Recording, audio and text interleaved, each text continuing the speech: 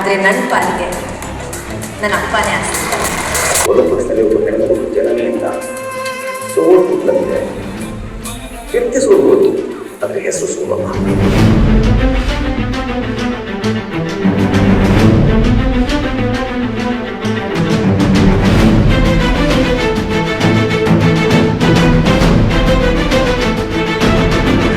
ಭಾಗ್ಯವಂತರು ಶುರುವಾಗಿ 1 ವರ್ಷ ಒಂದು ಸಿನಿಮಾ ಮಾಡಿದ್ದಾರೆ.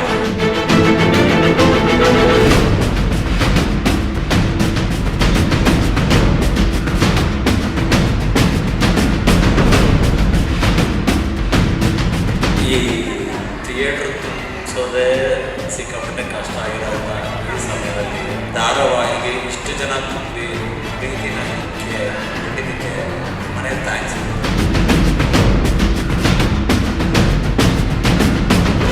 ಸಂಜಯ ವಾಹಿನಿಯಿಂದ ಇಂಥ ಒಂದು ಎಕ್ಸ್ಪೀರಿಯನ್ಸ್ ಅದಕ್ಕೆ ತುಂಬ ತುಂಬ ಧನ್ಯವಾದ.